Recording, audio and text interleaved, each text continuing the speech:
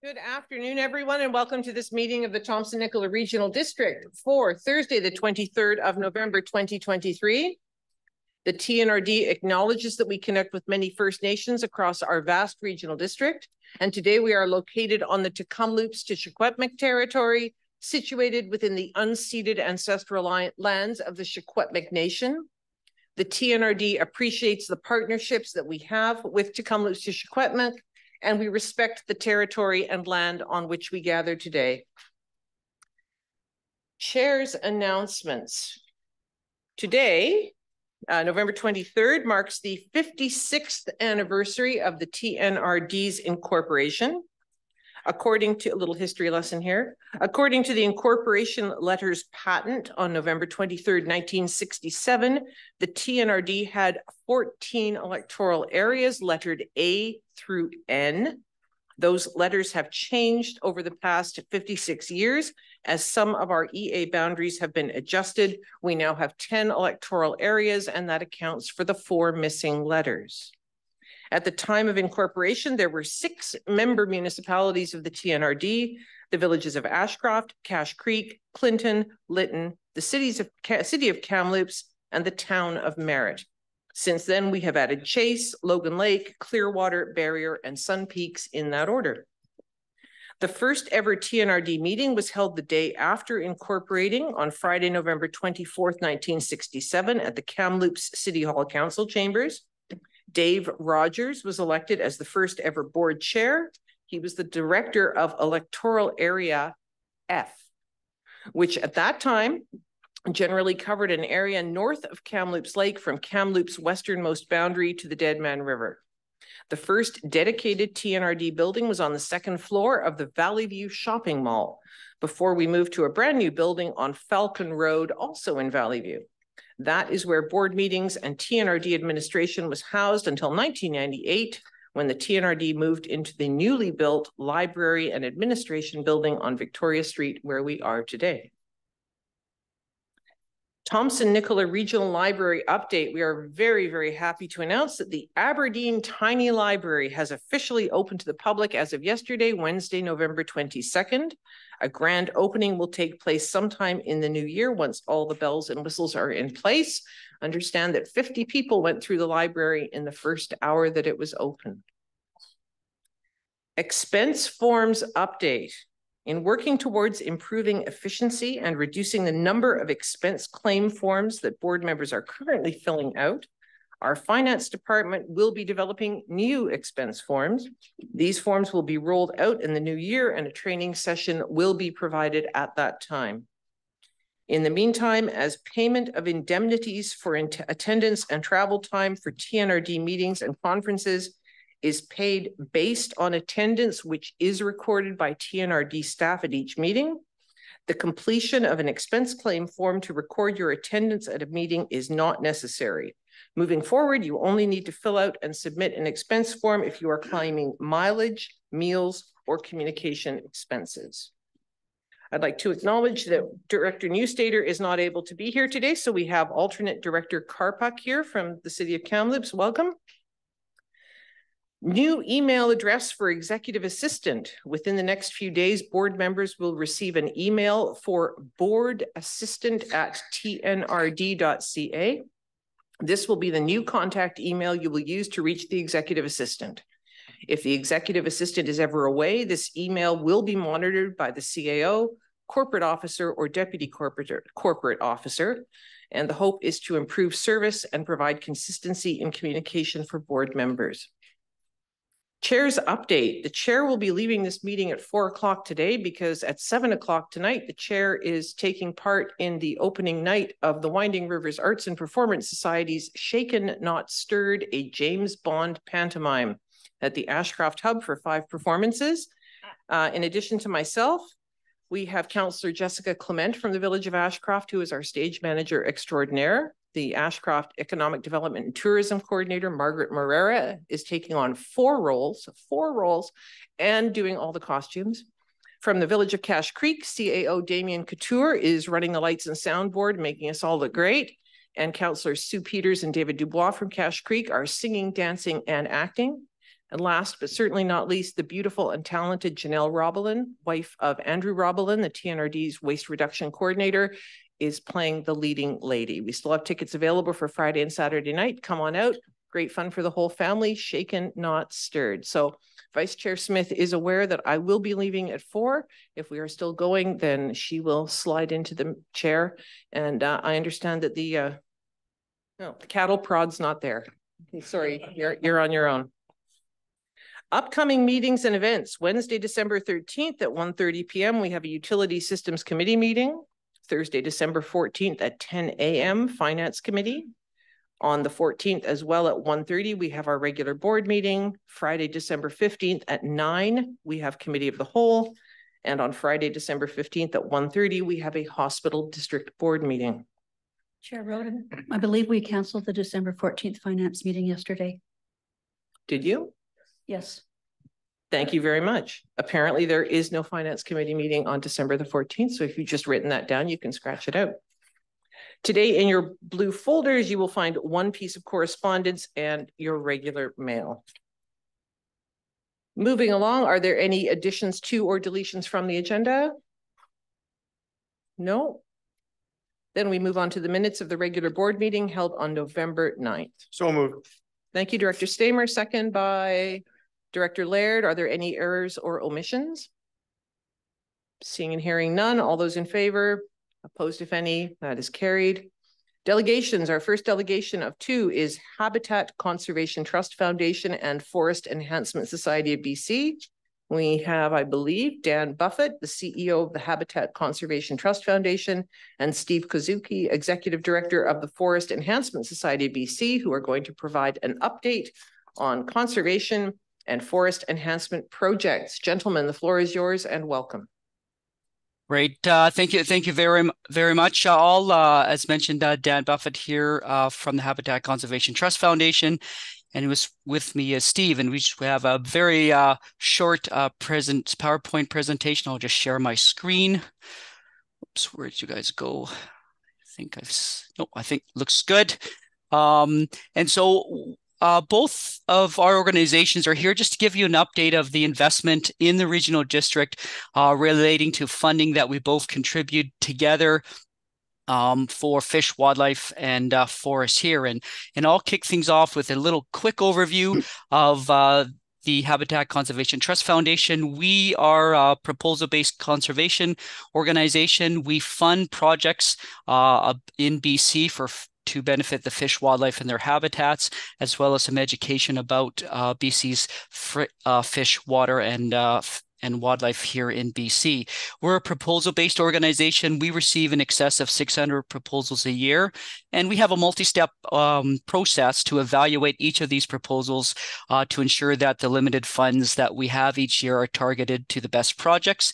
Typically, we have about twice the demand that we have funding for, and groups that receive funding from HCTF include non-government organizations, the provincial government, Indigenous nations, academics, industry, individuals. Essentially, it's open to all in terms of funding. And I'll just, one of our important features of where we work is in the forests and with wildlife. And we developed a partnership with the Forest Enhancement Society as one of our key partners in delivering this. And I'll hand it over for Steve for a few words from him. Thanks, Dan. Yeah, and thanks for everybody for having us, giving us this opportunity to provide you with an update of some of the projects that are happening not only around the province, but right in your local regional district. So the Forest Enhancement Society, if you haven't heard about us before, we operate in pretty much the same manner that HCTF does, although I would emphasize we're both proponent-driven, which means that Dan and I don't sit in some office and dream up what should happen in different places around the province. We absolutely rely on people and organizations locally bringing their local expertise and knowledge of the circumstances, because everywhere is different. We rely on them to come forward and propose projects. So there's never any sense that any of these projects that we're going to talk about are being imposed on you from on up high. They're very much grassroots oriented. Thanks, Dan. And I know One of the things that Steve and I and both our organizations have been working together is we began our work in 2016, and the Forest Enhancement Society came to us with funding and committed over $5.5 million towards projects that we would co-fund in the forest that would benefit essentially wildlife in that area. And so each year we've co-funded a number of projects, and a couple examples are 2 projects right currently in the regional district that are going on this year. One is a project on some small mammals in grasslands there. So it's not just only important of these small mammals, but we're finding now that these small mammals actually play a big role in affecting the grasslands and the resilience over time, and they play a really crucial role. And as well as moose, another important species. And this particular project builds on a long stream data set to really get down as to some of the specifics now of what's affecting moose in terms of cow and calf survival. A little bit of background about HCTF. We've been around for just over 40 years. We actually were founded by hunters, trappers, guide outfitters, and anglers. And back in 1980, many of these organizations and individuals were paying a license fee to hunt or fish, and they agreed to pay a voluntary surcharge on top of that. So that was now about a $7 surcharge. So when people pay their $25 or $35 hunting and fishing license, that $7 of that comes to HCTF to fund these projects. And since that time, we've invested a little over $200 million in grants for a little over 3,500 projects here in BC. I know we only have 10 minutes today, so briefly just want to let you know that this year HCTF funded a little over $8 million in BC, and that amounts to about over $500,000 specifically within this regional district. And we funded a number of projects just as well, just in terms of with the Simp First Nation, leading some work on badger ecology and the importance of culverts in badger movements. Wetland Institute, led by the BC Wildlife Federation, on helping many communities learn how to better restore wetlands. And in this past year, the Wetlands Institute was held within the regional district here. As many of you know, the small lakes and fisheries are really critical in this part of BC, and there's lots of them. So we fund a lot of aerators on lakes, dams, and maintaining dams for fish and wildlife and agriculture. And as well, we do a number of habitat restoration for caribou habitat, led by groups such as the Simp First Nation and the province and others as well too. And we have a sort of a K-12 education program that provides resources for teachers as well to connecting kids with nature. And with that, I'll hand it back over to Steve for some overview about FESBC. Yeah, thanks, Dan. So for the Forest Enhancement Society, we do a number of things, work in a number of different areas, from helping to accelerate the ecological recovery after a natural disaster like wildfire or insects, to helping to use more wood fiber in the forest and reducing greenhouse gases. And one of the things that we do also is to help improve wildlife habitat. But when we first started, we looked around, we saw that the Habitat Conservation Trust Foundation had already been doing a great job for 40 years, and they have a ton of biology expertise in-house, and they had a really strong track record of managing the money and administrating those funds in a fair and equitable manner to maximize the benefits to wildlife and wildlife habitat. So for FES, it was a no-brainer to partner with HCTF. So we are a much younger organization, just 7 years old, but we put over $300 million into projects so far. Coincidentally, also 300 projects. Just to highlight some of the benefits, there's so many, I could talk for hours about it, but reducing greenhouse gases by planting trees to absorb carbon dioxide, fertilizing trees to absorb that carbon dioxide faster, and to fund the use of waste wood after logging instead of burning it in piles, results in emissions avoidance. And for all of these projects combined, it's equivalent to taking over 1 million cars off the road for a year. So forestry is a really powerful tool in taking action against climate change. Another one of our really big programs, very important to us and to you, is to reduce wildfire risk to communities. And so we funded over 120 communities to take action on that. And and that generates a lot of employment, particularly important for forest-dependent communities and for emerging First Nations that want to participate more actively in the forest economy. Next slide, please. So specifically in your regional district, quite a number of projects. I think you should be really proud, because as I say, our programs respectively, we depend on you to step forward and propose these projects. So First Nations, big forest companies, little forest companies, community forests from the lower North Thompson, Merritt, Kamloops, Lillooet, Logan Lake, and I know Clearwater and so many others have done that. And so in the past, we $10 million worth of projects. Currently, we have 6 projects underway right now, and they're mostly focused on getting wastewood fiber to facilities that can use it and avoid that burning. So if you see or know of any of these people, or if you have any ideas, please let us know. Our door is always open for more projects. We'd love to see more coming from the Thompson-Nicola. Thanks, Dan.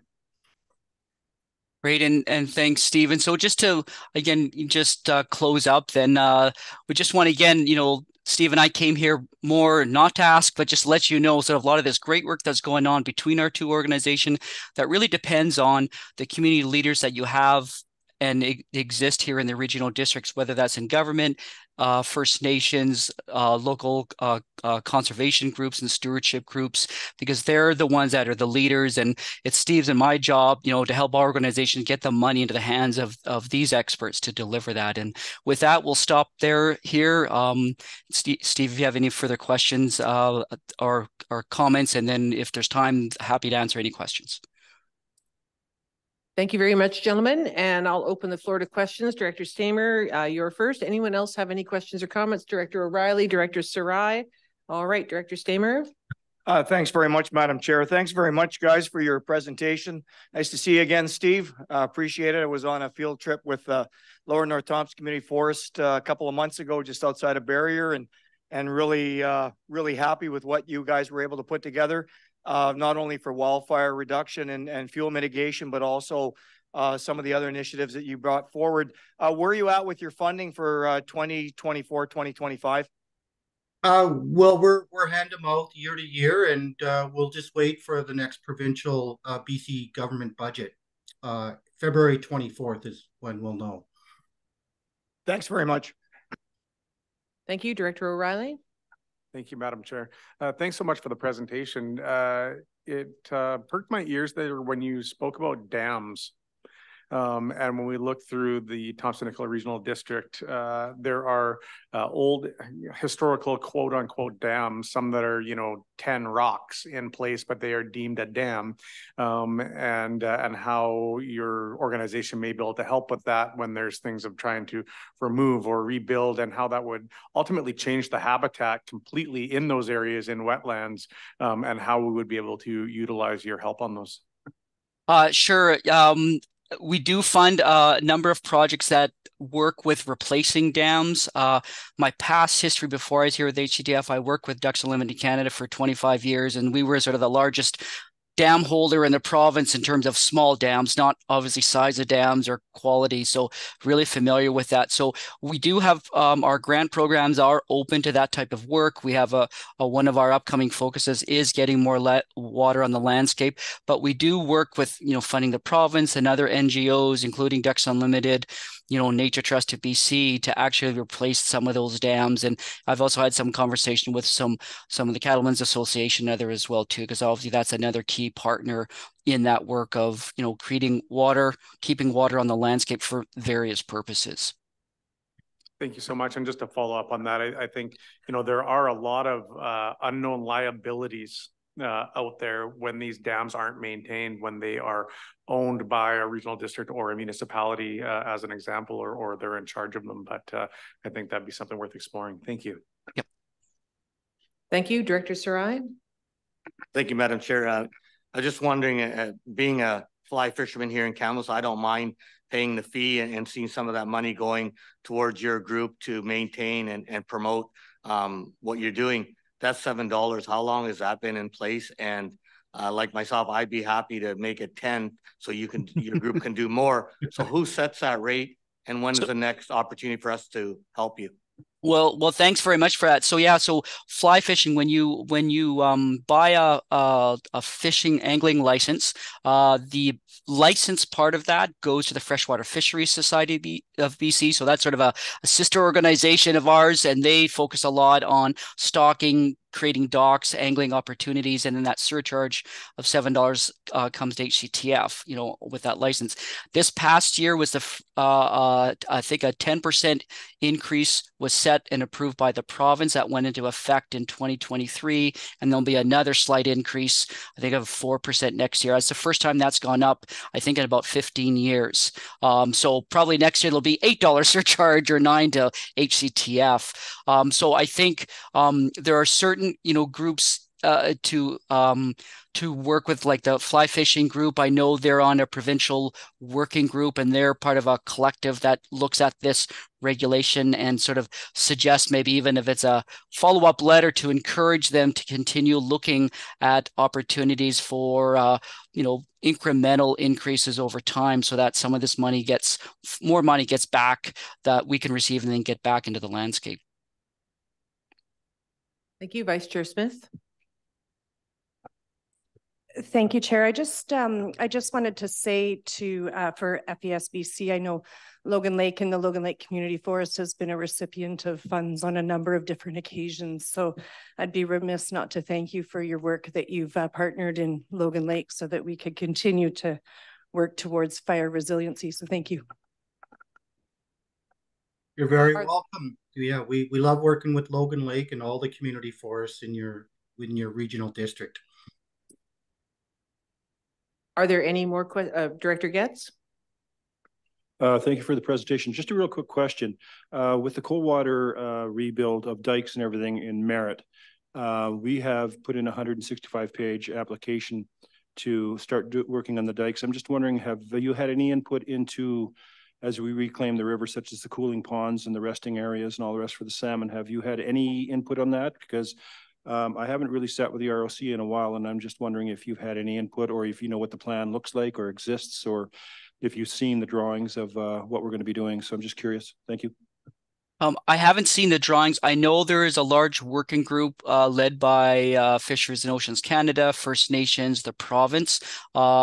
They were developing some plans, had identified some sites, from my knowledge, back in earlier in the summer, to start working towards some restoration in the area. I don't have the specific items, but I can, if you want to follow up with myself, or I can follow up with you, and then I can put you in touch with the people in the province that'll probably have that information. Thank you very much. Are there any other questions or comments? Mr. Kazuki, Mr. Buffett, thank you very much for being with us here today. Thank you. Great. Thanks very much. Have a great afternoon, folks. Our next delegation is from Kamloops Search and Rescue. We have Paula Davis, President, and Diana Gerloff, Director, to provide an update to the board on Kamloops Search and Rescue sustainability. The floor is yours, ladies. Thank you for coming today.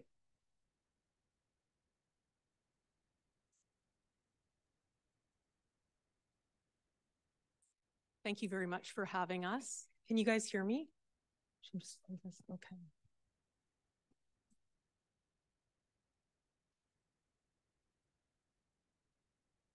Okay, so I'm Paula Davies. This is Diana Gerloff, and we're from Kamloops Search and Rescue, and we're going to talk today about the sustainability of Kamloops Search and Rescue. So this first photo is a picture of the team. It was taken after a wildfire evacuation order. We were called to help out Shuswap SAR to evacuate over 750 homes in Sorrento.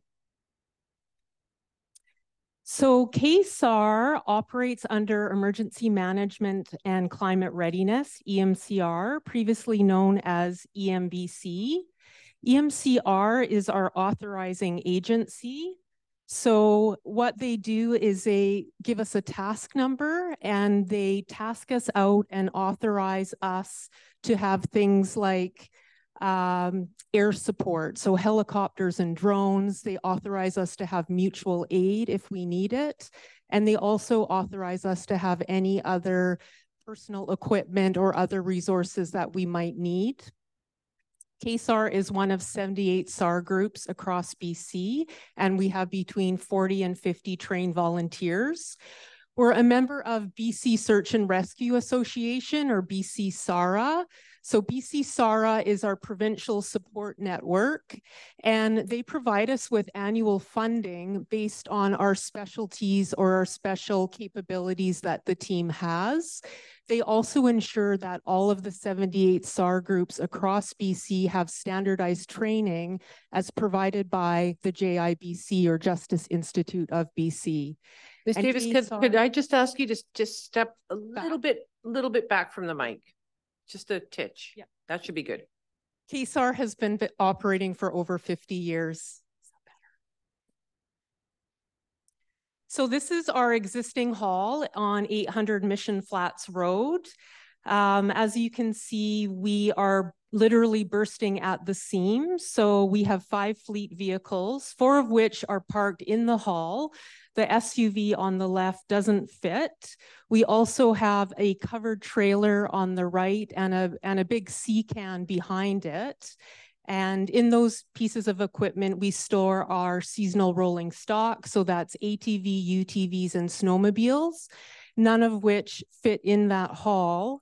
And those 2 pieces of equipment have also been vandalized in more than once. The SUV we actually just had to get repaired because it had rodent damage to the fuel gauge. So inside the hall, we have a very small office and a washroom, but we have no facilities to train or a classroom. And we've been given a lease termination date of January 31st, 2025. The city has actually graciously allowed us to stay here for the last 10 years, but after this time, we have nowhere to go. So what does KSAR do? If you don't know, we do wilderness searches. So we will look for missing and overdue people. We'll do urban searches. We'll look for people with mental health disease and people with dementia, sometimes children. We'll do wellness checks in isolated areas, and we'll actually do evidence searches for the RCMP if requested to do so. We use the acronym LAST, so locate, access, stabilize, and transport, to describe what we do out in the field. We do some other or provide some other services as well. So we'll do rescues. We will assist BC Ambulance. We will actually bring the subject to BC Ambulance on the pavement. We also do body recovery. So we'll assist the coroner. We do fire, flood, disaster response. So as you guys know, in 2021, we were very, very busy with wildfire evacuation orders and alerts. We did 7 of them back to back. Some of those operational periods were over 15 hours. We also did some this year as well. We do SAR prevention, so we educate the community about safety and preparedness through our Adventure Smart program. So we have Hug a Tree, Stay Alive Outside, and all this is to try to reduce the number of SAR incidents in BC, or at least try to reduce the severity of the incidents. And we're all volunteers. There's not one paid position on the team. So we do this free of charge 24/7. In summary, what we do is we provide a vital service to the community by rescuing people who are lost, injured, or in distress in remote or inaccessible locations. And our responsibility is huge. So we cover all of the TNRD and then some. As you guys know, that's 44,500 kilometers squared, and it's much larger an area than some of the neighboring regional districts like North Okanagan and Central Okanagan. We do 50 to 65 tasks per year on average, and usually 6 to 15 members respond. In that first slide of the Sorrento wildfire orders, there were actually 19 members who responded. So that was a great help to Shuswap SAR. Our callouts last hours to days and may have many multiple operational periods. So mapping capabilities, we have software that allows us to record our tracks. We can show the area that we've covered, and we can also show points of interest. And at the end of the day, we can give this to the RCMP. Shannon White task 2 years ago is a great example of surge capacity.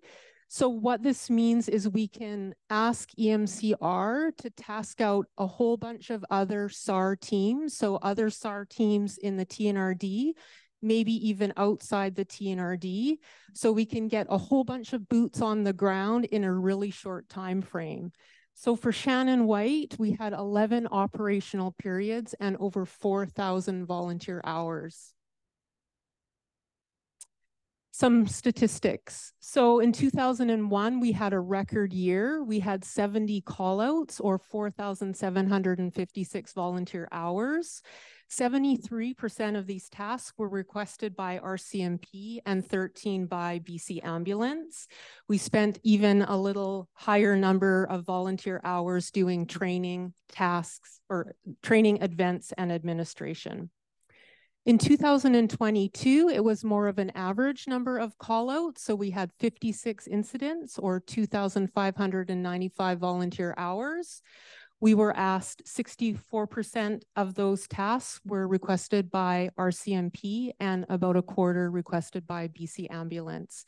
And we spent even more hours doing training, events, and administration.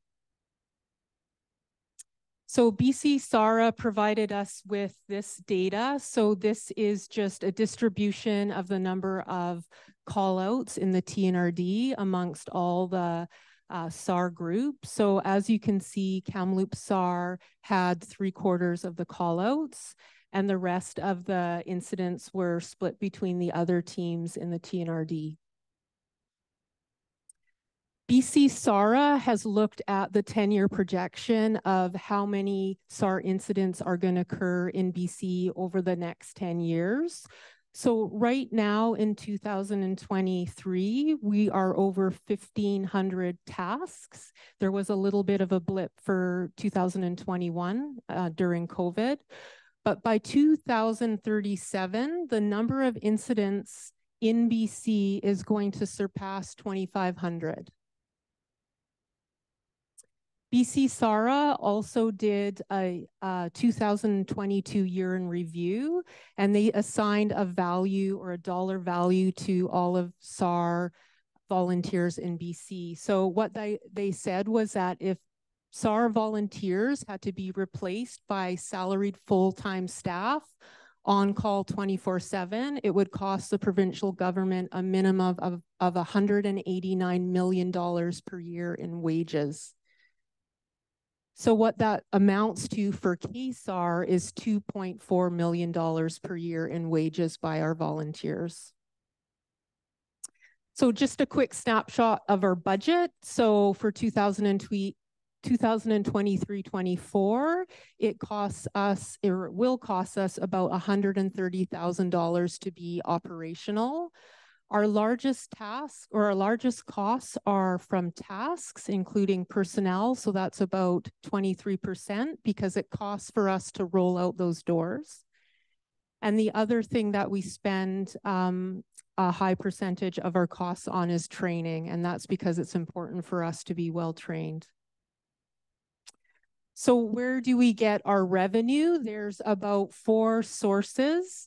This is a picture of the average revenue that we get for the last 5 years. So our biggest source would be EMCR. They do reimburse us for the costs out on our tasks, so about $87,000. BC SARA also gives us an annual grant of about $65,000. And again, that's based solely on our team's skills or capabilities. TNRD, thank you very much. You guys give us $10,000 as an operating grant, plus we get to apply for an additional amount, a 50-50 training and equipment grant. And then the rest, about 8%, is by donations. So if you add all these numbers up, we get about $200,000 per year as revenue. In British Columbia, SAR is a shared responsibility between the provincial governments, the local governments, and volunteer organizations. So on the right-hand side, this is a list of our tasking agencies. So RCMP, number 1.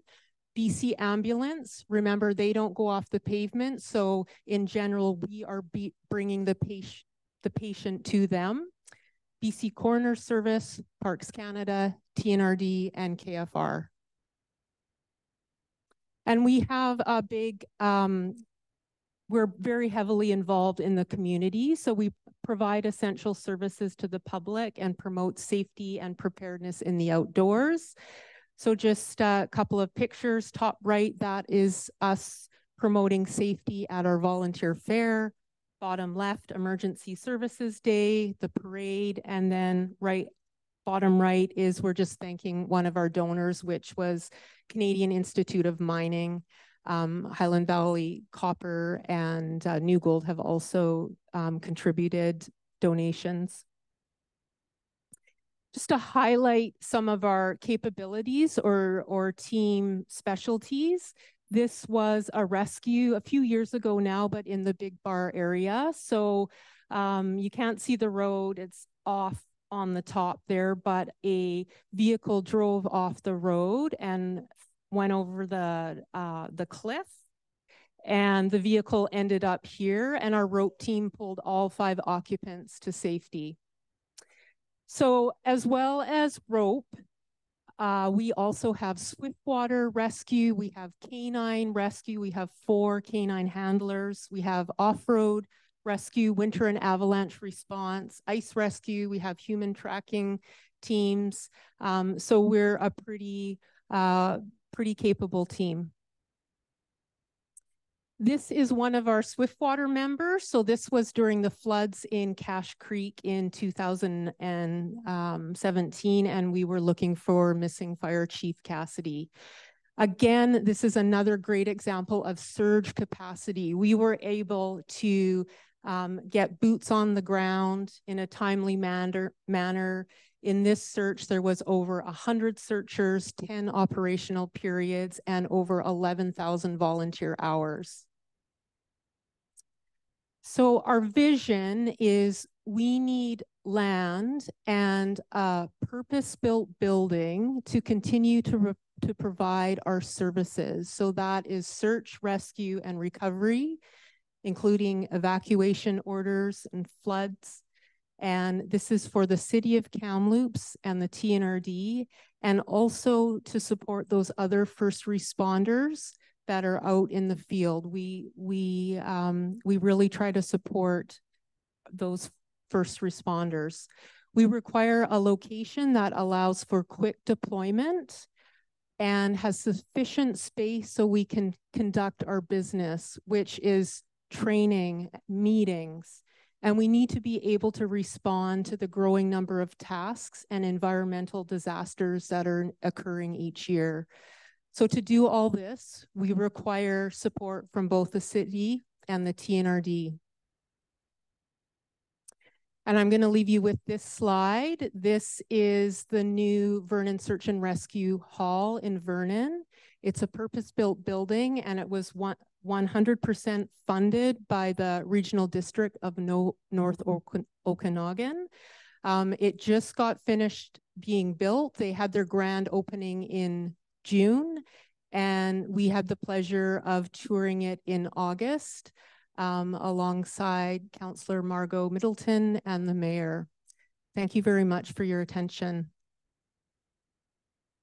Thank you very much. I have Director Hamer-Jackson and Director Stamer. Director Hamer-Jackson.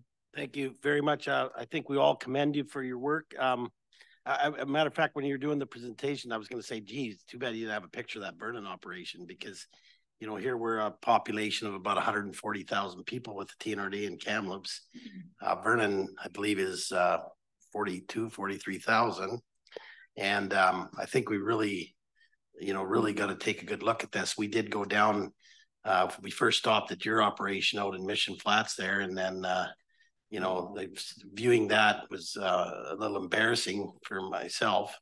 And then going to Vernon, it was just unbelievable how different it is. So I think we should all take a really good look at this. I think that whatever they've done there, I think those guys down there, when we were down there, they said that they would come down and do a presentation about what they did, how they did it, and everything like that. I think it'd be a great opportunity for us all to learn something there. Thank you very much. Thank you. Director Stamer. Yes, thanks very much, Madam Chair. Thanks very much for your presentation. I think we all here totally agree that we appreciate your efforts, not only in your search and rescue operation, but the other ones throughout the TNRD. A couple of questions come to mind. It's unfortunate you've only got 1 year left in the agreement with the City of Kamloops. So a couple of things come. First off, is the City of Kamloops offered any opportunity for any lands that they have within their municipal boundaries for a location? And the second question is, looking at your schematic and your $3.7 million, I think we can probably all agree it would be more than that. But can you tell me why your footprint would be that much larger than the Vernon Search and Rescue building if we were going to using it as a comparison? So yes, the city we have had discussions with the city. They did talk to us about potentially some property at the airport. And also there was another piece of land out in Rayleigh near Devick Road there. Unfortunately, these two sites are a little bit far for our comfort zone. Now having said that, I mean, we'll take what we can get, but they're not ideal in terms of location and travel times for our team to get there and then be deployed in an efficient manner. In terms of the footprint of the Vernon SAR Hall, this SAR Hall is 13,400 square feet, and our current hall is 3,000 square feet. We're looking for something similar to this, but maybe slightly smaller, not larger. But did that answer your question? It did. And as a supplement, I think you show in your schematic, it's about 9,400 square feet. 9,400. I was just looking at the building and looking at the amount of base. So I'm sorry if I made the distinction on that. Yeah. Thank you, Director Sarai. Thank you, Madam Chair. Just follow up on Director Stamer's comment. City of Kamloops has provided this land for a number of years for SARS. And I know, not taking away the important work you do, the majority of the search and rescues happen outside the city limits of Kamloops. And we're very grateful of having you available to do that. But moving forward, I think with partnership with the TNRD board in a whole and the City of Kamloops, and being the president of the Airport Authority, and Director Karpuk is here, there is going to be some opportunities, I think, if we can all work together and have a discussion on some type of business plan where all three levels of governments here and the partnership we have at Vantage at the airport, there may be some opportunities there to assist you in seeing if there's a chance of putting a building up there with a perfect location. That last slide you showed, in my selfish way of promoting those developable lands, is a prime location. But I just want to be cautious that it has to be a joint partnership between everybody that's in this room. Director Hall. Thank you. Thanks for the presentation. Excellent. I'm just curious, the Vernon Search and Rescue, whereabouts is it located in Vernon? It's on Silver Star Road. So on your way up to the ski hill. How far out of town is it? Oh, I'm not sure. Does someone know? Margot? It's within a couple of kilometers of the main road, whatever street it is. It is virtually downtown. Director Hamer Jackson. Yeah, it's just out of town. But one thing I learned when we did go there, they put a lot of thought into the location. I remember a long conversation with them about the location. So I'm sure that you know, you pretty much know where the best location is for, you know, for speed and everything else. So that was one thing that I really listened to them a lot about. They worked really hard on where the location was going to be. So yeah, we've driven various locations and compared the times for sure. Yeah. Director Middleton. If I can add a little bit. Certainly.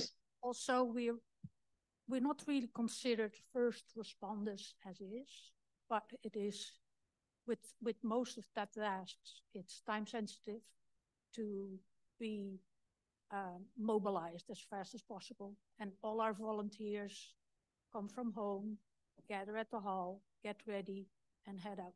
So that's why the location is very important. Thank you. Director Middleton.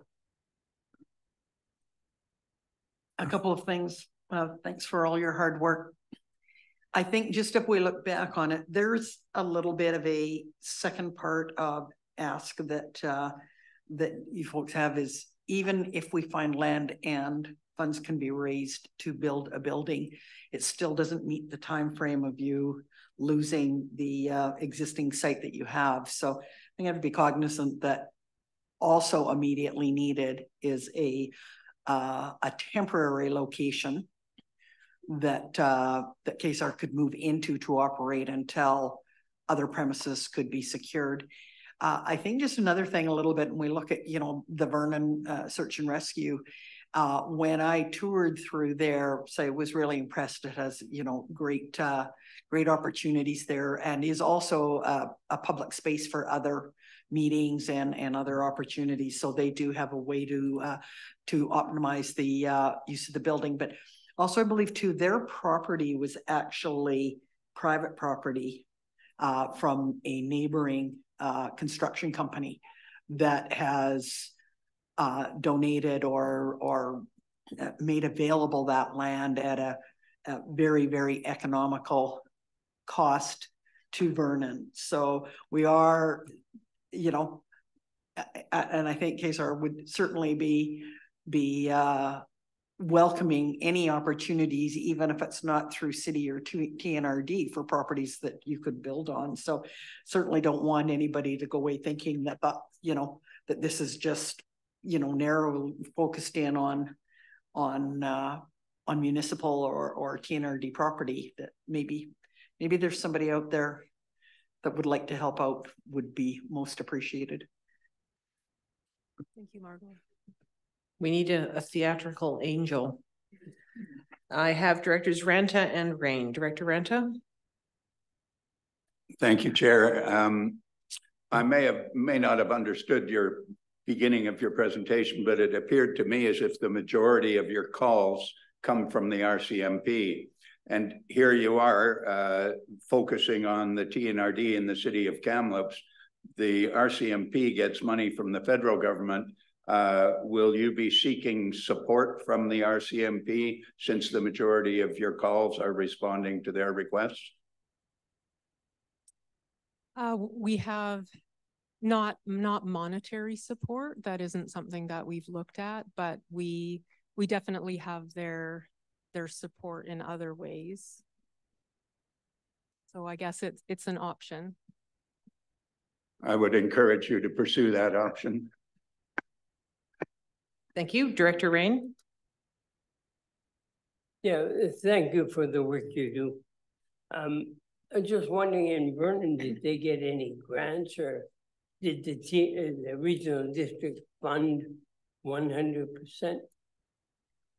Yes, the regional district funded 100%. Plus, they also give them a $60,000 or $70,000 annual grant just for operating the facility, and they rent out the Vernon Search Hall to the team for a nominal fee. I think they have a 50-year lease. And if we could follow up, we obviously will be reviewing this and following meeting, but I would certainly like to think that we could find a way to do something for the group. I mean, the volunteer work and the danger involved sometimes is pretty incredible. Certainly worthy of our support. Thank you.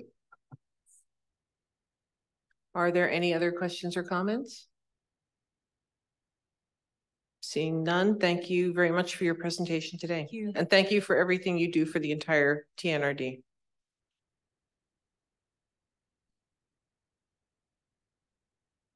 We move on to item 6.3, building infraction in electoral area A. This is an opportunity for the owners to make representation to the board. Is there anyone here to speak to this topic?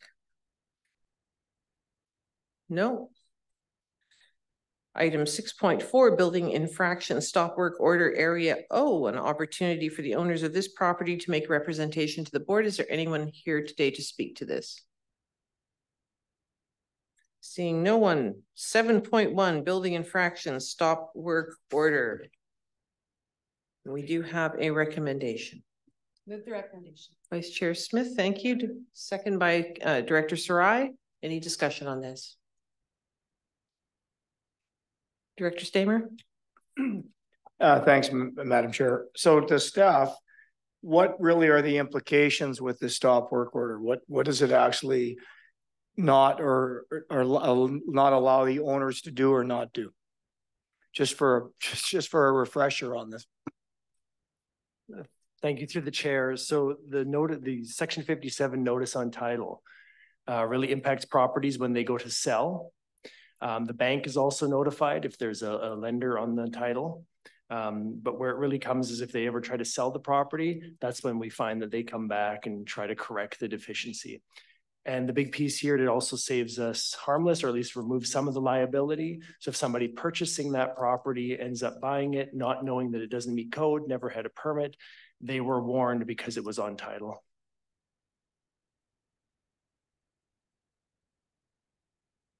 Thank you. Does anyone else have any questions or comments on this item?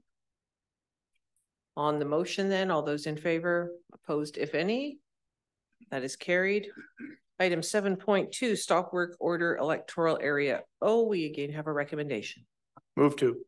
Director Stamer. Second. Vice Chair Smith, thank you. Any discussion, questions, comments? On the motion then, all those in favor, opposed if any, carried. We move on to item 8.1, temporary use permit number TUP 68, bylaw 2822. And we do have a recommendation, but Mr. Kraus, did you just want to have a quick word about the public hearing portion of this? Certainly. Thank you, Madam Chair. And we've received this question from a few directors, so I think it's worth discussing. So the default recommendation is that the public hearing be held at a regular board meeting here at in this office. If at any time the directors feel that it should be held out in the community, or perhaps the EA director that knows the area best feels that it would be best to have it in the community, at that point, we can certainly make the recommendation that the public hearing be held in that community. Sometimes the challenge with that is we need a venue to be able to set up at. And then sometimes logistically and legislatively, the timing between the public hearing and the regular board meeting that it comes back to can be difficult if information is received in between, because once the public hearing is closed, no new information should be heard by the board.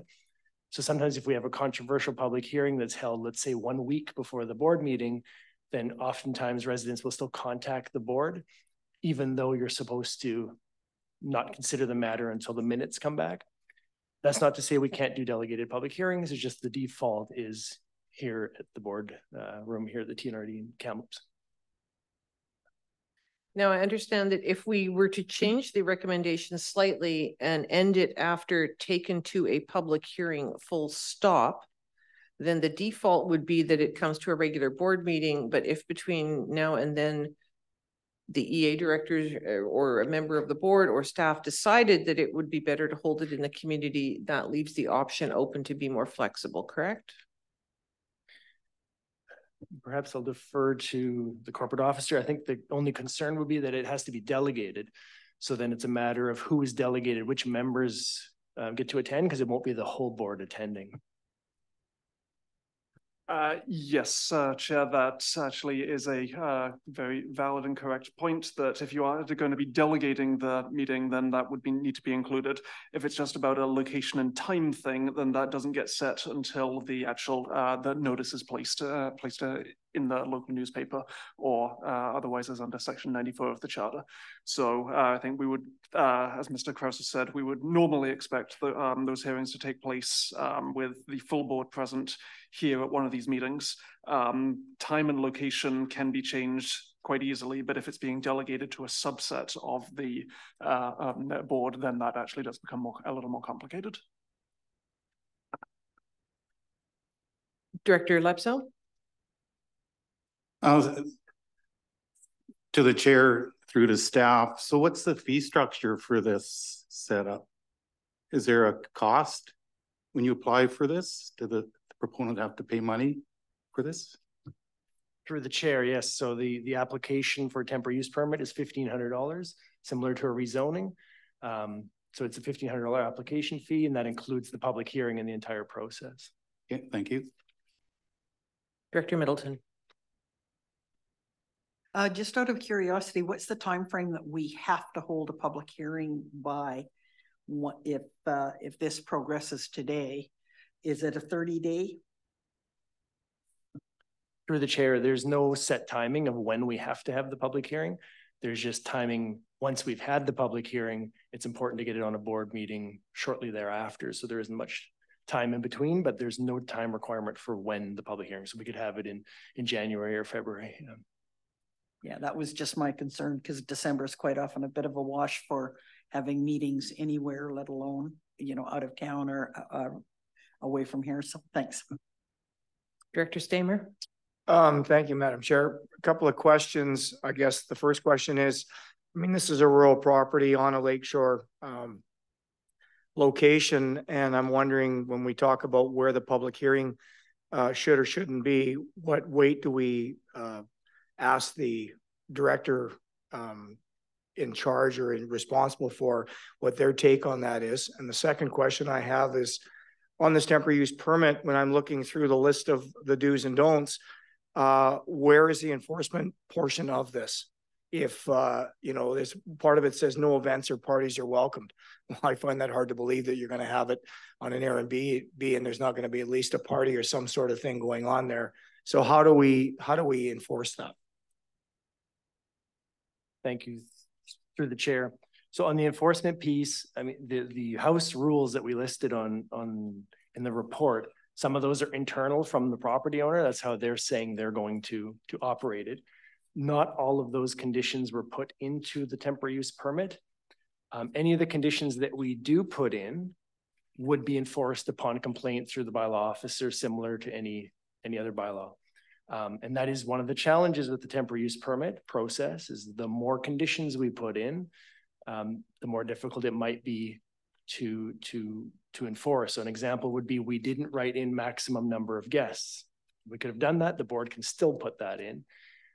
But if we get a call that there's 12 permitted according to the permit and there were 13 on the weekend, catching the act, taking the enforcement, that's the difficult piece.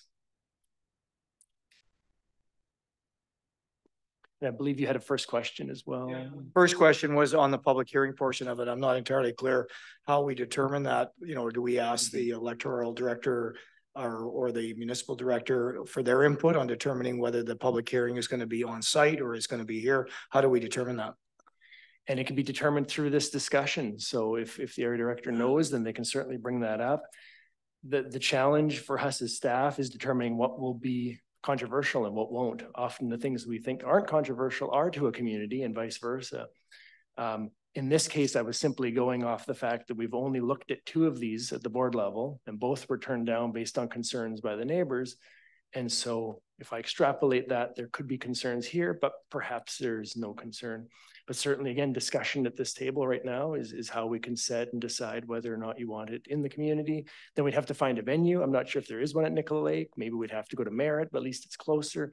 But looking for the board's direction today. Director Sarai. Thank you, Madam Chair. In that meeting, would there be opportunities to have electronic, like a Zoom link, so people can join into that public hearing? Good question. I believe our procedures bylaw still enables remote access public hearings. So I think that's doable, yes. Just a caveat that the issue there is depending on the venue that might not be available as an option. It was not available, for example, at the Westwold public hearing that we held about the proposed BMX track. So it's old fashioned. If you want to go to the public hearing, you have to show up at the venue. Whereas here, of course, we do have that Zoom option for people who are remote. So it's 6 of one, half a dozen of another in a lot of ways. Director Laird? Myself, I'd prefer to have it at the board. I would prefer this to be at the board for the public hearing. This is in my area.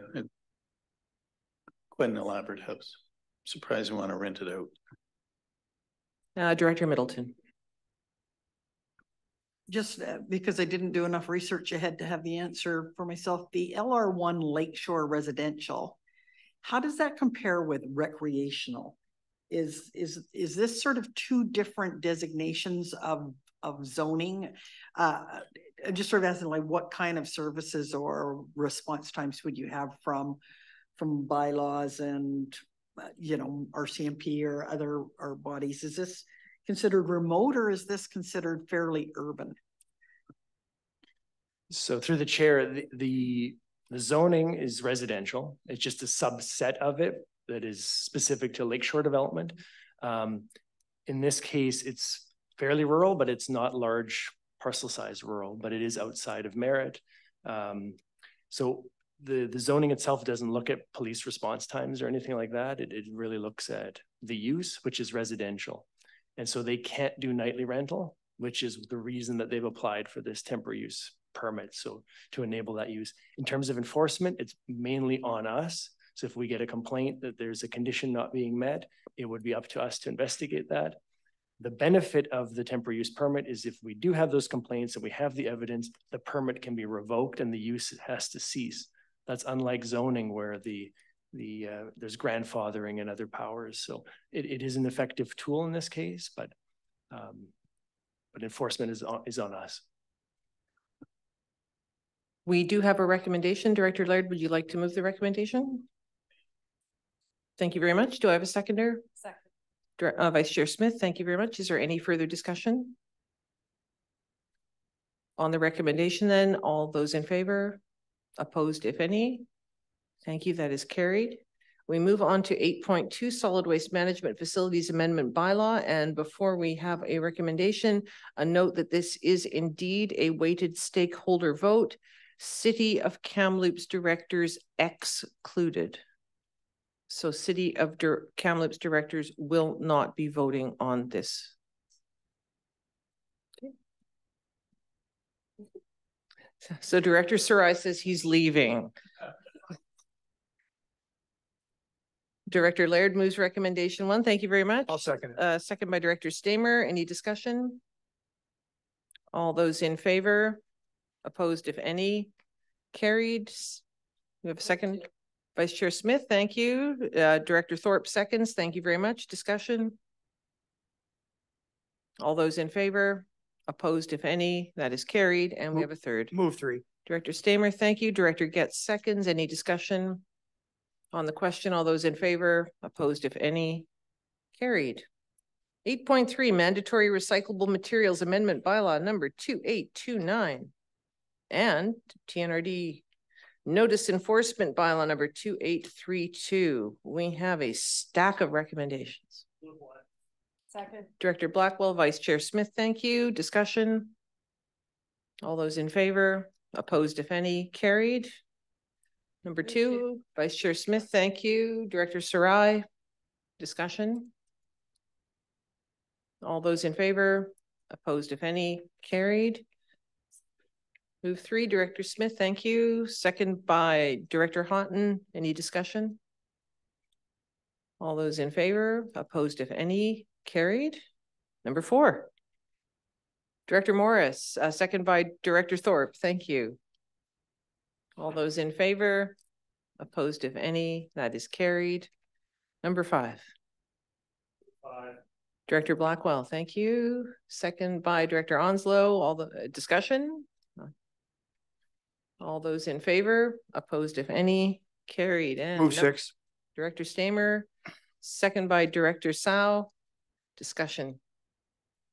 All those in favor? Opposed, if any? That is carried. 9.1 Agricultural Land Commission application. Now, we do have a few of these, and Deputy Corporate Officer Lois, did you just want to have a few words as a reminder about what these are actually, what power does our decision here have today? Thank you, Chair. Deputy Corporate Officer, did I just get demoted? I thought CAO Hildebrand had spoken with you. No, I'm sorry. I'm sorry, This quite a bit. Slip of the tongue. This is just me indulging a purely nerdy procedural note, as I so often do, just to note to you all that with these several ALC recommendations under the Agricultural Land Commission Act, applications must be made through a relevant local government, so either a municipality or in your case, a regional district, and then get passed to the Agricultural Land Commission. So although you are an important step in the process, you are not making any final determinations at this point. It is simply a matter of determining whether or not the matter or the following 4 items should be passed to the ALC for them to actually make their decision in accordance with their timeframes. Thank you very much. So we have 9.1 application number ALR 224. Director Laird, Director Ranta seconds. Is there any discussion on this item? No hands on the question. Then all those in favor? Opposed, if any? That is carried. 9.2 ALR 225. Director Laird. Second by Vice Chair Smith. Thank you. Is there any discussion on this item? Seeing no hands on the question, all those in favor. Oh, Director Smith? Or were you just getting a jump start on the voting? All right. All right. All those in favor? Opposed, if any? That is carried. Item 9.3 ALR 227. Director Ranta, thank you. Director Thorpe seconds. Any discussion on this item? On the question, all those in favor? Opposed, if any? That is carried. 9.4 ALC application number 228. Director Laird, second by Director Middleton. Thank you. Any discussion on this item? Director Blackwell. Other than to say that I spent most of my summers from 1980-81 to 1988 actually working on this property, running it as a campground, selling firewood, saying howdy to a whole bunch of Americans, and flipping and chasing cows on an ATV, and mowing the lawn for Peggy Marriott, the original founder of this chunk of property in the Big Bar Guest Ranch after her husband passed away. So lots of memories there. Thank you. And to this day, David Stoddart School in Clinton has the Peg Marriott Scholarship, which is given out in memory of Peg Marriott every year to a graduating student at David Stoddart School. So any further discussion on this? On the question, all those in favor? Opposed, if any? That is carried. Item 10.11, letter to the province of BC on communication, and communication and engagement, and we do have a recommendation. Director Sarai, thank you. Director Thorpe seconds that. Is there any discussion? Director Lapso, thank you. Yeah, thank you very much, Chair. It just came to my attention that my email needs to be corrected. On the list that's attached? All right, yes. Thank you very much. Yeah. Yep, that's been noted. Thank you. Is there any other discussion, questions, comments? Director Sao? Thank you, Madam Chair. As the electoral area director, I would just like to thank our staff, our CAOs, Hiltbrand, for being proactive and working with our directors to formulate something that's actionable by the province. Thank you. Thank you very much. CAO Hildebrand. Thank you, Chair Roden. Just as a side point, in talking with the Deputy Minister of Municipal Affairs, this is quite the surprise to her, but she would gladly take this and actually, on behalf of the TNRD, communicate this to all ministries in the most efficient way, which it's a win-win situation. So I think it's positive. Thank you. Any further questions or comments? Director Middleton. Oh, sorry. So now I'm looking and I can even see myself on the list. Chair Roden, we can ensure that we have the most updated list, and I think this list I used just to initiate the conversation was when we first a year ago, and now we'll make sure we use the city addresses like we typically do with communication and all the proper electoral area and mayor addresses as well. Yeah. So if anyone has noticed an error or omission in the case of Director Middleton, if you just want to contact staff and send them the correct or the correction or emendation, that would be great. Further questions or comments? On the question, all those in favor? Opposed, if any? That is carried. We have 10.1.2 amended board policy 1.1.16 board expenses. We do have a recommendation. Director Laird, thank you very much. Do I have a seconder? Director Smith. All right, discussion? Questions or comments on this? Seeing no hands in the air, I will call the question. All those in favor? Opposed, if any? And that is carried. 10.1.2 amended board policy 1.1.16 board expenses. Oops, flip the page. 10.1.3 board remuneration. This is the 2023 increase only. So we do have a recommendation. Director Ranta, thank you. Director Houghton, second. Do we have any discussion on this? On the question, all those in favor? Opposed, if any? That is carried. 10.1.4 board remuneration 2024 increase. Director O'Reilly, thank you. Second by Director Hall. Discussion. Any discussion, questions, comments? Seeing no hands in the air, I will call the question. All those in favor? Opposed, if any? Thank you. That is carried. Make sure I turn the page this time. Item 10.1.5, we have referral. Yeah, I apologize. I know there's an awful lot of bold text on a lot of these. There are actually 4 separate votes on item 10.1.4. I know the prior one was that several changes be done at once, but because bylaw 2825 is a bylaw, it needs to be separately read for all of its things. Thank you, Director Anta. Second, Director Getz. On recommendation 2, all those in favor? Opposed, if any? Thank you. Second. Director Sarai, Vice Chair Smith, discussion. All those in favor? Opposed? Carried. Director O'Reilly, second by Director Ranta. All those in favor? Opposed? Carried. And that reminds me that before we get to 10.1.5, corporate officer Lois would just had a word of clarification about this based on earlier this year when we had a similar situation arise regarding a request about reserve lands. Thank you, Chair. Yes, just to note that I believe you've previously encountered this situation, and to note that all situations around reserve lands are subject to federal jurisdiction and matters. So essentially, although anything decided, any recommendation or resolution at this level might be advisory, you may very well find that it carries no weight and a decision may or may not have been made at any given time. So just to note that this is, again, not the final say in the matter.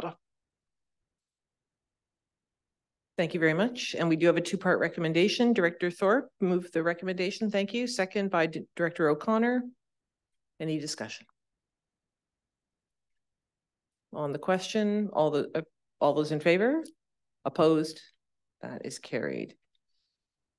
We have Regional Solid Waste Management Plan Amendment request from Timmins-Cook. Oops. No. I'm sorry.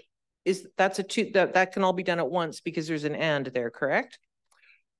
Thank you, Chair. Yes, this is one of those wonderful times with confusing amounts of bold text. That was a single recommendation with two propositions. So although you could have broken it apart into separate propositions if you chose, it was valid to take them all at once. The chair is trying to make up for the previous recommendation where she didn't realize that it was four separate ones. So there you go. Also, I'm a grammar nerd, so. All right, so we move on. This is Timmins-Cook Good Earth Recycling Waste Facility. We do have a it's a single recommendation because there's that little word and in there, which I just noted. So moved. Thank you, Director Stamer, second by Director Thorpe. Is there discussion on this? Director Ranta.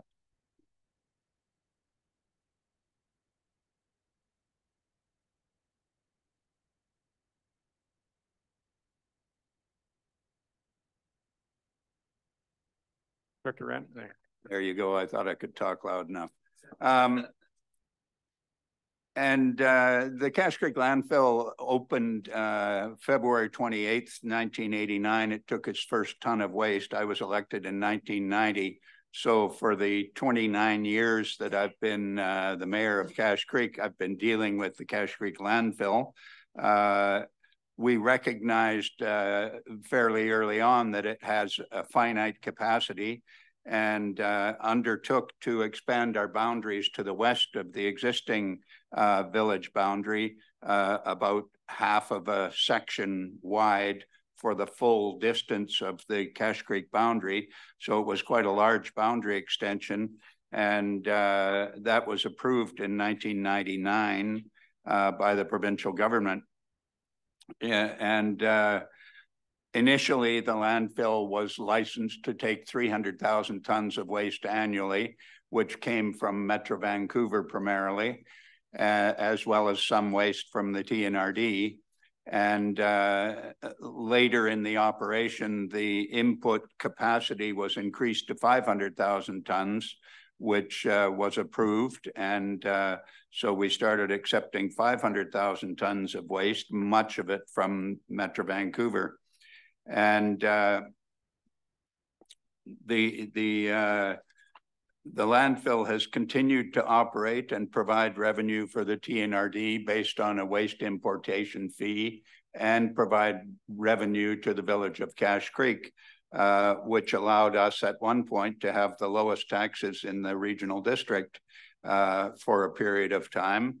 The landfill took its last ton of waste in 2016, and basically the proposal where we expanded our boundaries down the west side was done in order to ensure we had property available for a landfill extension. It was a surprise to us that in the year 2000, George Puel, who was the chair of the Metro Vancouver Regional District, showed up in Cache Creek and announced, "We just bought Ashcroft Ranch." And Ashcroft Ranch was a huge investment for the Metro Vancouver Regional District. And their intention of buying that ranch was to establish a landfill on the ranch. Ultimately, First Nations appealed the environmental certificate, and it was denied to Metro Vancouver, so they weren't able to establish a landfill at Ashcroft Ranch.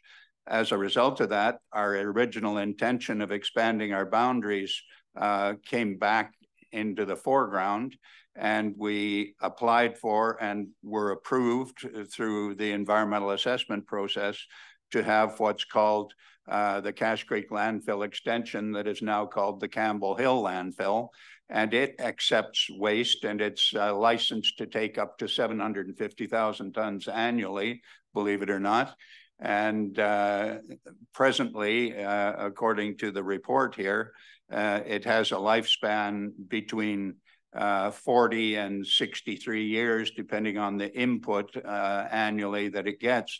It hasn't been getting anywhere near 500,000 tons lately because Metro Vancouver chooses to send probably 2/3 of their waste down to the United States and pay for it in American dollars, which I find rather mind-boggling personally. But in any event, they do that, and we haven't been getting as much waste at the Cache Creek Landfill Extension, which is called the Campbell Hill Landfill, lately. We did have a discussion this past Monday at Cache Creek Council where the council expressed some concern about the proposed Timmick Good Earth recycling waste facility. It was interesting to council that their original request for input was for 240,000 tons, where the trigger for requiring an environmental assessment is 250,000 tons. So they just came in a little bit underneath that. But in the Waste Management Act, I think there's a requirement that there be a notification process. And now they have, based on the amendment they provided, they have reduced their input maximum to 190,000 tons, and that avoids having to provide notice, which has a whole bunch of consultation associated with it. So they seem to be just trying to sneak in as best they can under the limits, so they don't have to do an awful lot of consultation or that sort of thing. Cache Creek Council on Monday was very upset that the project has got this far down the road in discussion with the TNRD, and Cache Creek Council knew nothing about it. Nothing. Zero. Not one word. And I think that's a problem that should be addressed by the TNRD, that if we have a project like this, we should at least provide notice to the affected municipality, not unlike Director Rain's concern about the library bus going up to Sun Peaks on Sunday. You know, councils need to be involved if the TNRD is engaged in a project of this nature. The documentation says that there's not a significant operational need for an additional landfill in the region. And on page 251, it says the proposed project is approximately 2.5 kilometers south of the village of Cache Creek. And I would just like to point out on the last page of the document, on page 282, there's a map that shows that the project is entirely within the boundaries of the village of Cache Creek. So it's not 2.5 kilometers south of the village of Cache Creek. It's within the village of Cache Creek entirely. And that's very upsetting that the Cache Creek Council has not received notice either from the Bonaparte First Nations or the representatives they've hired to put the application forward. And I feel as if it should be in some manner addressed by the TNRD. I do have a question, believe it or not. And my question is based on recommendation 2 that says basically that the board of directors, that the Board of Directors directs staff not to proceed with the amendment process until the Environmental Assessment Office has finalized their report in relation to a letter sent. If you've got a copy of that letter, Jamie, I'd appreciate getting a copy. It says not to proceed with the amendment process until the assessment office has finalized their report. Well, what if the assessment office finalizes their report and says, okay, you don't have to do an environmental assessment? Does that mean that at that point, then we're just going to say to the proponent, yes, you go ahead and build a landfill in Cache Creek? Because we're just directing staff not to proceed until the Environmental Assessment Office have finalized their report. Mr. Vieira? Yes, thanks for that question through the chair. And I think that recommendation needs some clarity and fair question. The intent was that, and maybe it should be reworded, that the not proceed with a decision whether or not to proceed with the amendment process.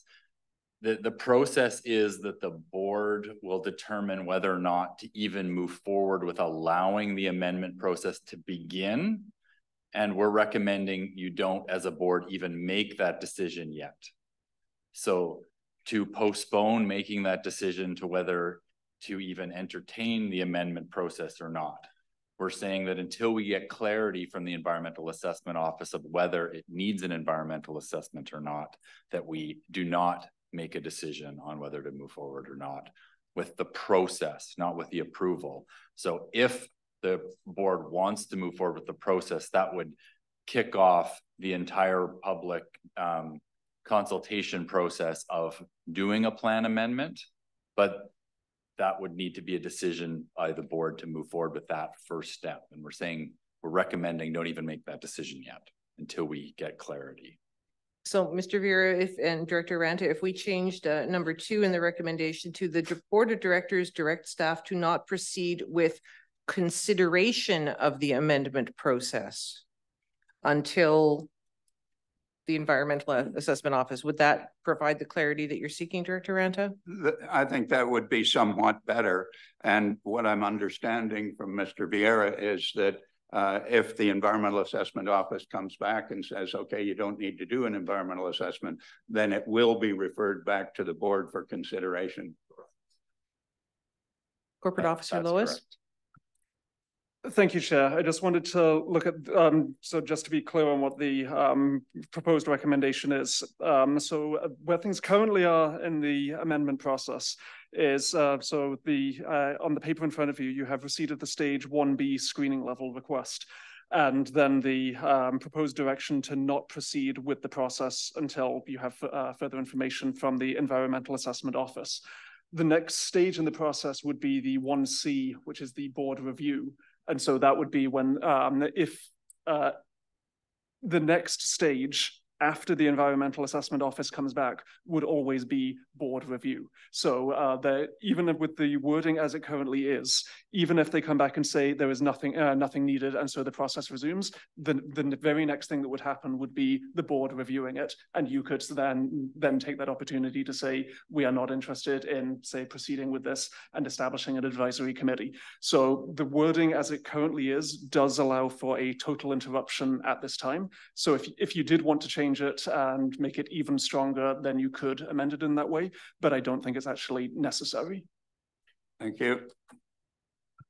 Thank you. And I have Director Stamer and then I have Director Houghton. Thank you, Madam Chair. Yeah, I would agree that we should be making the language very straightforward, and whether we have to amend it or not, I want to appreciate and thank Director Ranta on his report, because as the chair of the solid waste, this is a very important file for us. If just to bring everybody up to speed, we had a presentation in the spring from this group, and then we had another presentation from another concerned group that put a whole lot of cold water onto this fire. And quite frankly, there's a lot of steps they're going to have to go through in this process. And I want to make sure that everyone is aware that we have a responsibility to make sure that we do this in the best interest of the TNRD. And I will apologize if the village of Cache Creek was not notified, because I don't remember seeing this on the map. And if that's an oversight on my part or anybody by the committee, I apologize for that, because I agree that if any of our municipal boundaries were involved in this, they should have been notified heads up. But in the reality of it, we're in about stage 2 of about 15 or 20 stages.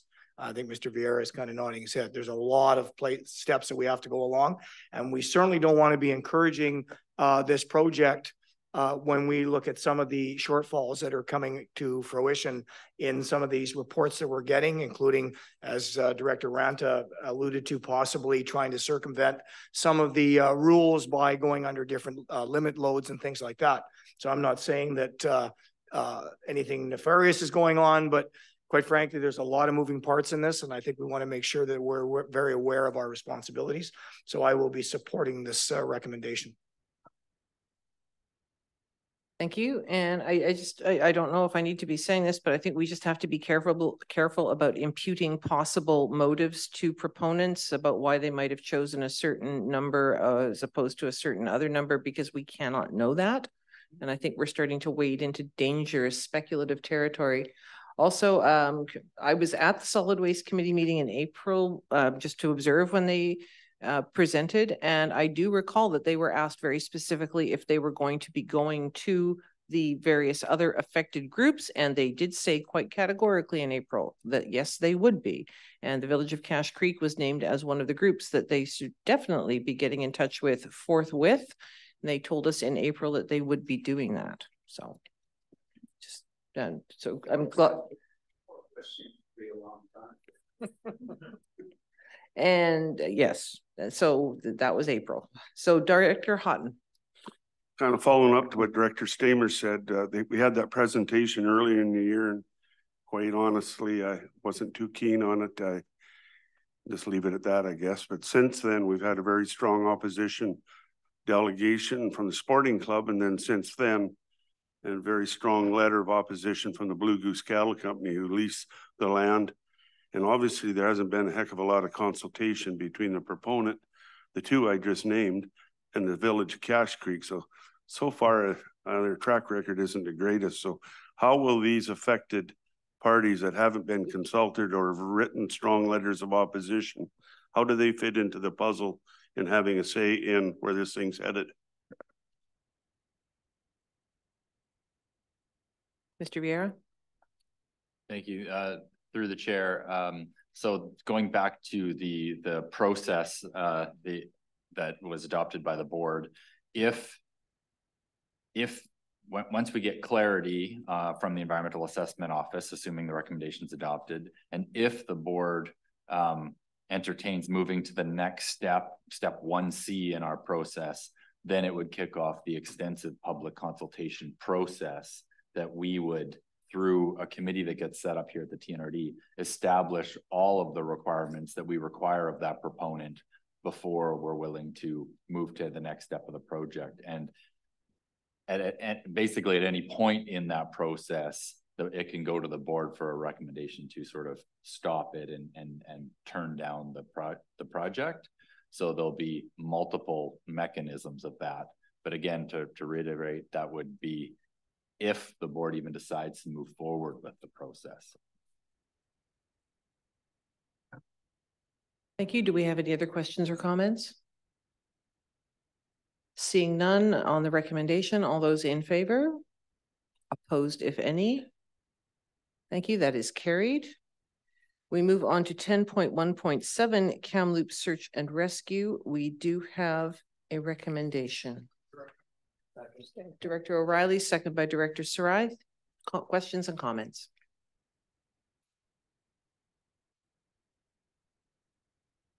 CAO Hildebrand? Just a comment, if I may, Chair Roden. I'm just wondering if working with the city of Kamloops kind of spell that out in the recommendation, not just with KSAR, might be of importance given some of the conversations, but just a thought for the board. Thank you. Make an amendment. Director who? To talk to any relevant parties. Director O'Reilly? That leaves it pretty open. Director Stamer. Thanks, Madam Chair. A question on the timeline. Do we want to set a period of time to be reporting back to the board, or how do we want to address this? CAO Hildebrand. Thank you, Chair Roden. It's something that we're going to need to work into our schedule. It's something that came up new, so something would have to adjust, but it's something that we think, and from my understanding, from what I'm hearing from the board, it would be important. So it's something that we would get on as quickly as we can, given the timelines and the constraints. Director Laird. I was just wondering how this was going to fit into our 2024 budget that we're going to be approved probably. Because there will be funds that they're going to request from us, but we don't have anything in our budget for this. CAO Hildebrand. Thank you, Chair Roden. We would bring that back as a budget amendment as things arise, if necessary. But right now, you're right, it is not in our budget. But we're only doing the provisional budget in December, and that won't be finalized until February of 2024. So there is still time for adjustments and information to come back to the board. Does anyone else have any questions or comments? Director Stamer. Thanks, Madam Chair. To Ms. Fox, do you know of any grants, anything in the latest intakes that we would even be looking at going forward in something like this? I can jump in on that through the chair. So the answer is we don't know, but as part of the recommendation, that's what we'd be looking at when we bring back a report, looking at essentially a funding proposal, looking at where the options are for money and coming back with a proposal. So we'll explore that as part of it. Director Rain. Yeah, I'm just wondering, options for public assent. Have we addressed that issue? Yeah, I could speak to that through the chair. There's always the three different options, referendum or petition or the alternate approval process. The example that was given by the delegation of the Vernon Search and Rescue, they went through an alternate approval process, and that's how they received public assent for the borrowing of the 3.5 million. So not necessarily suggesting that's what we recommend, but that was the example given. It would be worth trying because the cost on the other side is significant. Director Sarai. Thank you, Madam Chair. Just following up on all relevant parties, how do we reach out to, say, the home builders or private entities that have large tracts of land that would be interested? Is that something that we or TNRD would initiate? Is something SARS would initiate, or is that a conversation for a future date? CAO Hildebrand. Thank you, Chair Roden. It's something we'll certainly look into, but would hope that SARS would work closely with us for some of that advocacy work, because I think they'd be in a better position to get that than we may. So. And if I may suggest, this is where media representation is very helpful in getting the news out. We'll all look at the gallery. This is where a story like this, which I assume is going to get widely covered in the area, sadly not as widely covered as it might have been a month ago, that will hopefully touch a few people who might be able to offer a solution regarding land. Any other questions or comments, discussion? Director Hall. Yeah, just a thought. Is there an opportunity for a capital campaign to be put forward by SARS so that there's an opportunity to include what Director Sarai was talking about, enabling community to be involved as well? We can certainly explore that and have that conversation. Any other questions or comments? Director Middleton. Just on one other comment, and would there be a reach out, or would we perhaps be looking at T-test lands as well as the potential for available lands? Through Chair Roden to the board, that's a great idea and something that we need to explore as well. And fortunately, we have a C2C conversation coming up this week with T-test, which would be a great additional item to talk about. Thank you. Any other questions or comments? On the recommendation then, all those in favor? Opposed, if any? Thank you. That is carried. We had committee meetings yesterday and today, and we will have items coming forward from that as appropriate, when appropriate. We move on to item 12.1.1. We have action requested from Shuswap Watershed Council. The terms of reference do not appear to restrict member or the alternates to be in the Shuswap area. So anyone who is interested, if you would like to put your name forward, and if no one is interested today in being an alternate, then we can have you contact staff and say that you'd like to put your name forward as an alternate for the Shuswap Watershed Council. Do we have any volunteers today? So I would move that we forward names of 2 representatives to act as alternate. Director Sarai, are you putting your hand up? Just a question, Madam Chair. Does it have to be a sitting board or an alternate? Like I know alternate director Karpuk is very keen on this position, and I'm just wondering, is that appropriate to put his name forward? Oh, I see some consultation going on. Chair Roden, we would need to follow up to confirm, but if there is some interest, please let us know. We will follow up on that specifically. All right. So we do need a recommendation to appoint 2 alternates. Am I correct, Corporate Officer Lois? Thank you, Chair. So the letter itself was simply noting that the TNID has 2 appointed representatives, and then asking if you would consider appointing alternates in addition to those. So if there are 1, 2, or more people who are interested in serving as those alternates, then a resolution to appoint would be appropriate. But if nobody is interested at this time, then we can simply leave it lie and see if anyone comes forward at any point in the future. So do we obviously have alternate director Karpuk, and we need clarification on whether that is appropriate. Do we have Director Middleton? What is the time commitment on this? How often do they meet? What would be the expectation of participation? Director Hamer-Jackson, could you? We're like, what do we, every month? I'll have to check back on that. So not an onerous time? No, okay. It's a nice drive to Salmon Arm and other field trips, yeah. All right. So I think we will leave it out. Mr. Vieira? Yeah, just provide clarity. The regular scheduled meetings are quarterly, and then additional meetings if needed.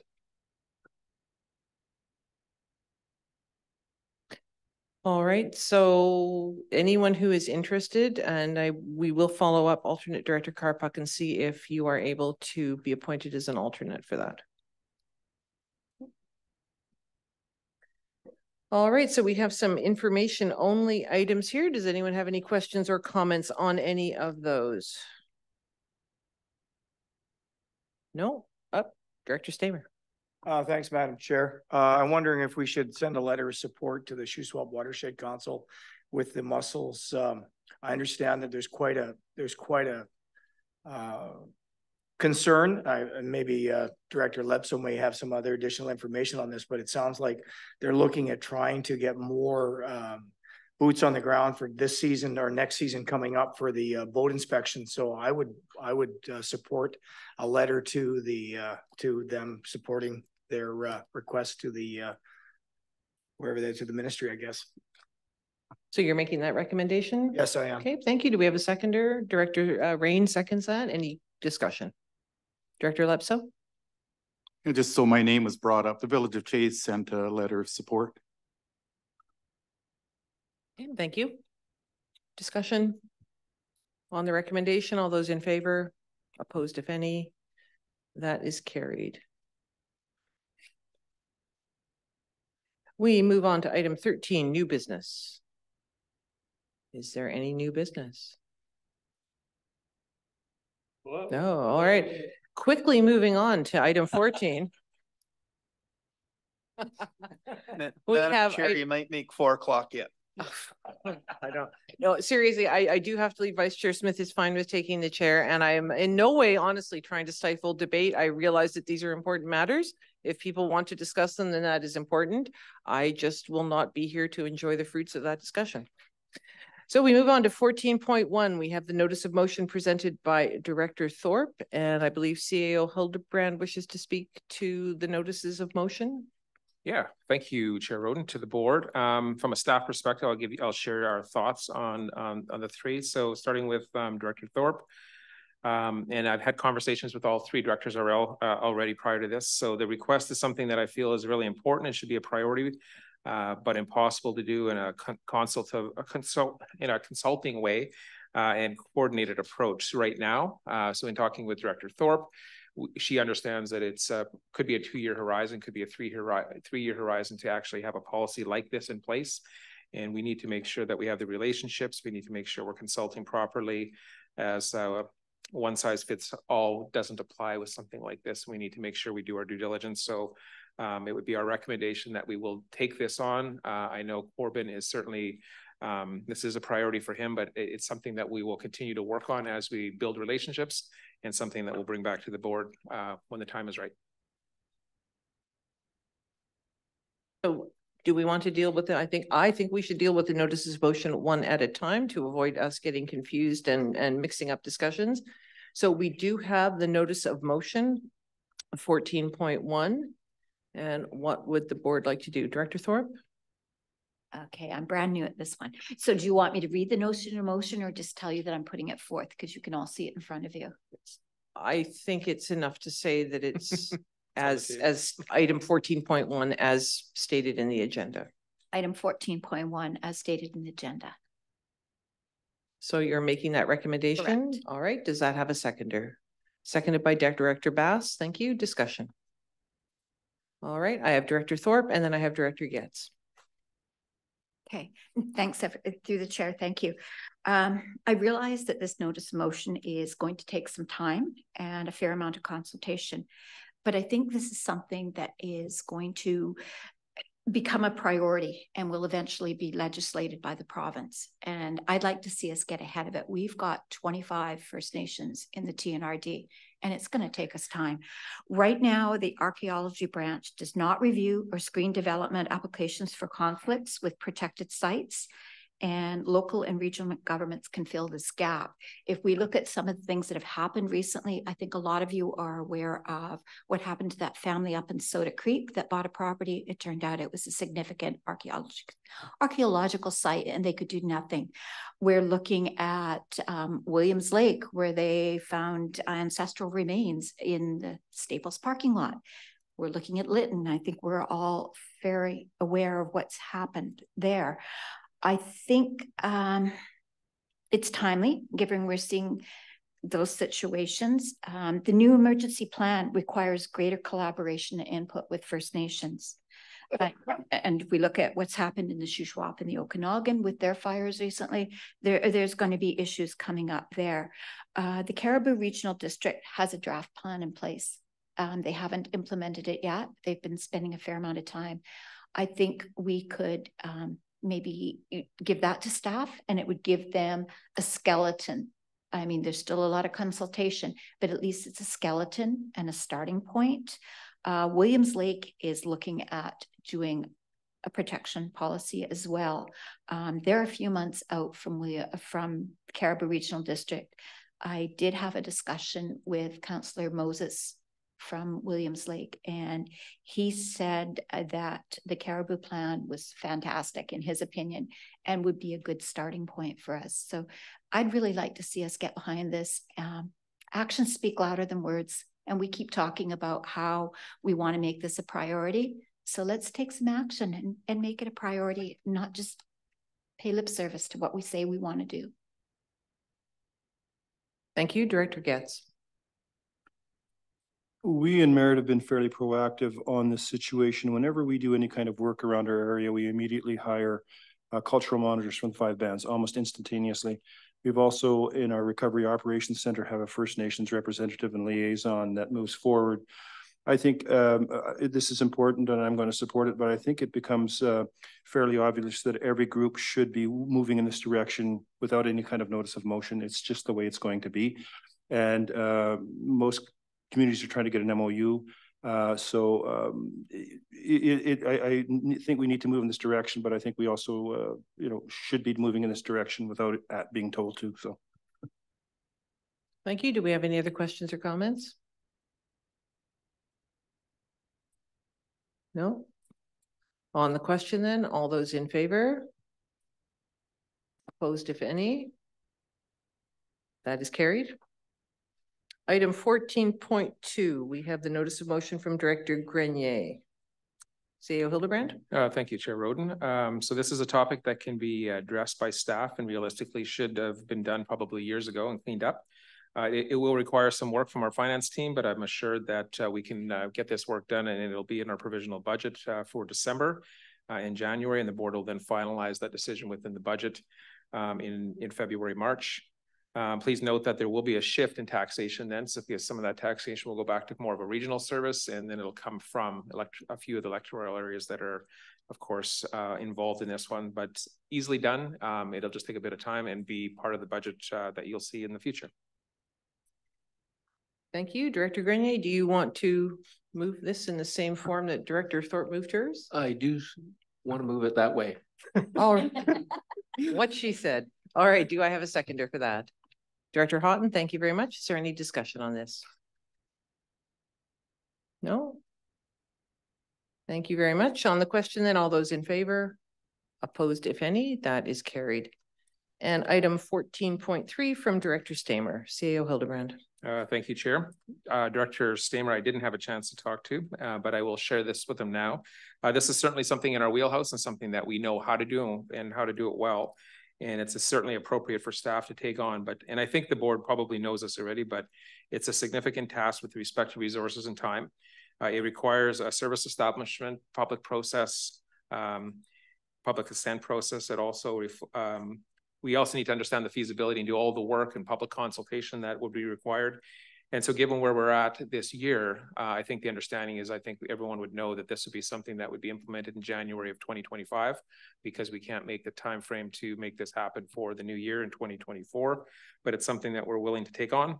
But again, we'll just require significant resources. So there will have to be some shifting in kind of operational needs and planning, but I think it's something that we can take on, and I know Jamie was aligned with moving forward with this. Director Stamer. Yes, thank you, Madam Chair. On behalf of myself and Director Hayward,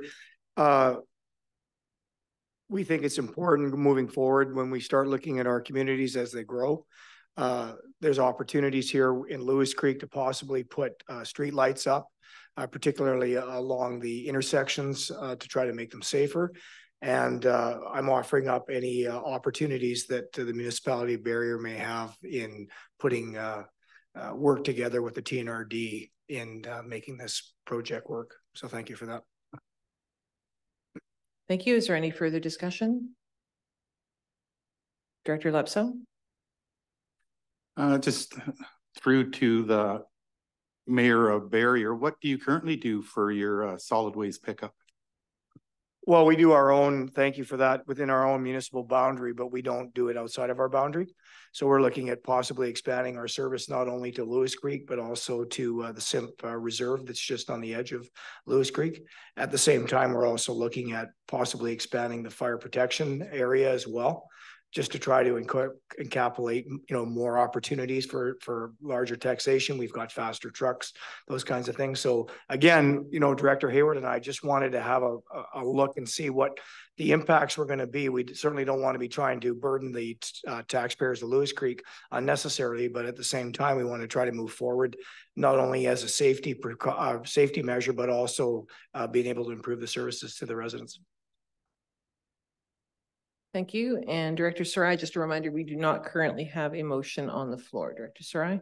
Thank you to Director Stamer, to staff. So develop street lights, and you just mentioned intersections. So will there be some overlap with the Ministry of Transportation on any of this? It's all.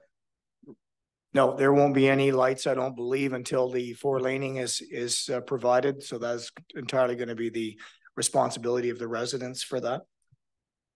But at the same time, if I may add, there's also an opportunity to possibly get Simp First Nations as well, because they have a vested interest in a couple of the intersection spots to try to eliminate. And unfortunately, right now, the MOTI doesn't have any responsibility on that.